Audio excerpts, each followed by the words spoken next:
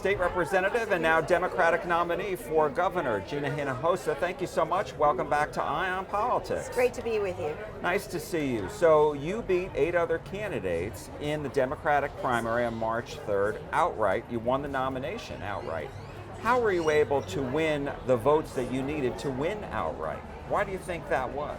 Well, we took nothing for granted, but at the same time, we've been working in the Texas House with the people of Texas to fight for our public schools. And in that work, we formed alliances with people across the state, supporters of our public schools. So I was just so proud and so pleased to have that support in this primary. And I think that's what you saw in those primary results. On this evening, you're here in Fort Worth, and you and other statewide Democrats who are running on the statewide ballot are here as a group.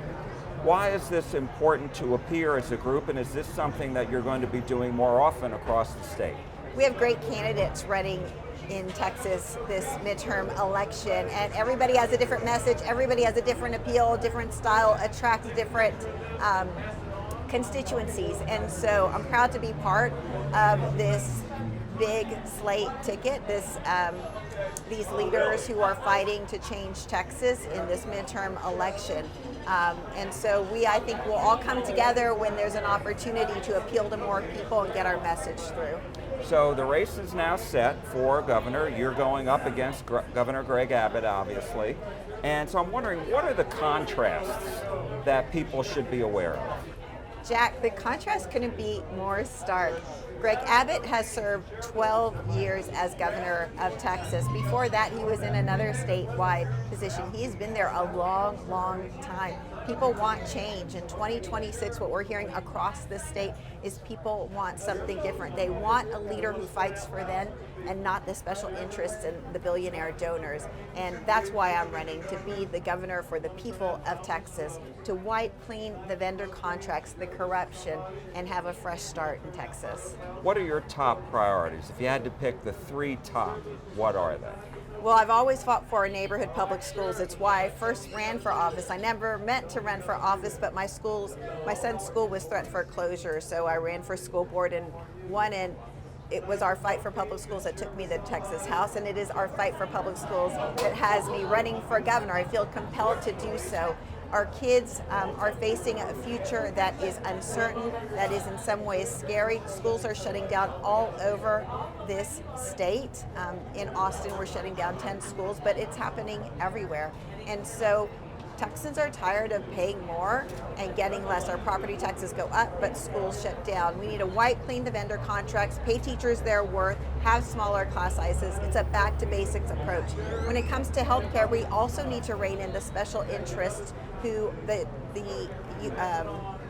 the health insurance companies that are charging more and making it harder and harder for us to see the specialists we need, to see the doctors we need, and so we need to rein them in as well. They're also increasing the cost of medication now.